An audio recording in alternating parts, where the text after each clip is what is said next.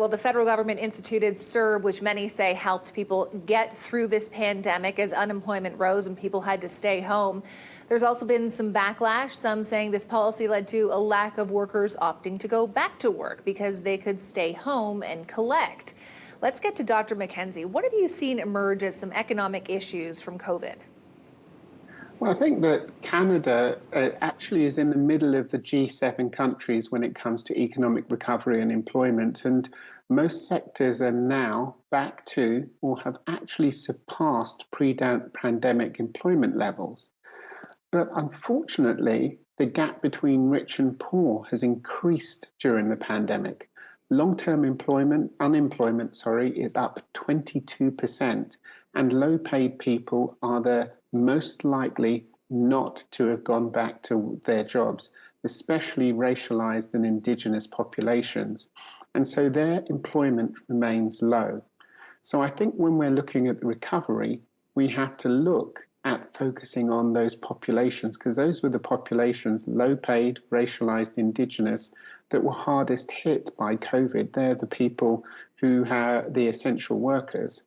And I think we have to look at that and think about that when we're thinking about our recovery. And some of the nonsense that we're hearing about people not going back to work because they're being paid the CERB or other benefits, I think we have to dispel that and really have to look at why people won't go back to low-paid jobs without sick days, with poor worker protections. I think that if we give people proper jobs, they're going to take them.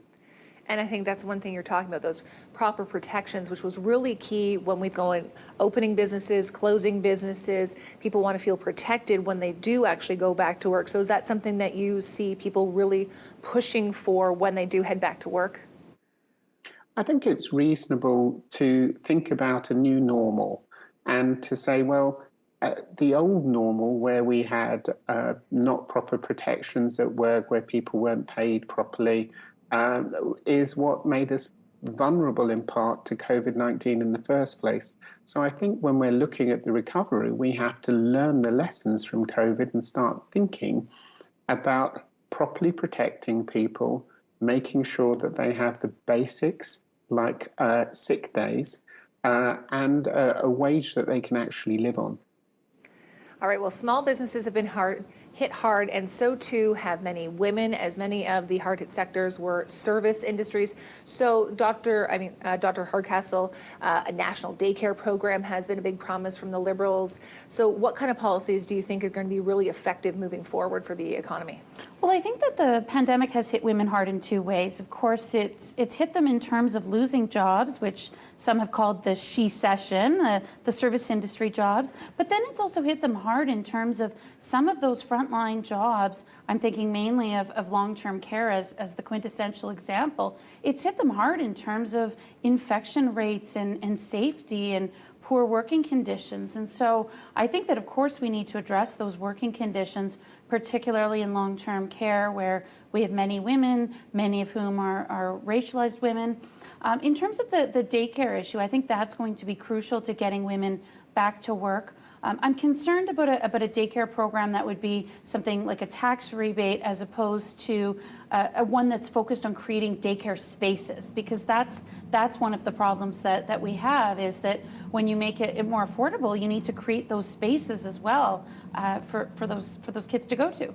And many say that when you do create those spaces and affordable health daycare, rather, that you actually are going to see an economic return on that. So is this something that you feel is really, really important? I do. I think it is important. I think that when you're investing in something like daycare or in those kinds of programs, not only are they beneficial to the participants, but they're beneficial to the economy. And there's really a good business case for more affordable daycare in Canada. What do you say to those businesses like restaurants? I keep thinking about that they've been opening and closing. What would small businesses like that like to see? Well, I think that as we've learned from the past waves of the pandemic, I think one of the things that's helpful for small businesses is certainty. And one of the things I think has been difficult is the flip-flopping on rules, or there's rules and then they're changed mere days later. And I think to the extent that we can learn from past waves and past restrictions and what works and what doesn't work, we can have more carefully tailored public health restrictions and give businesses more notice of those changes so that they can react better.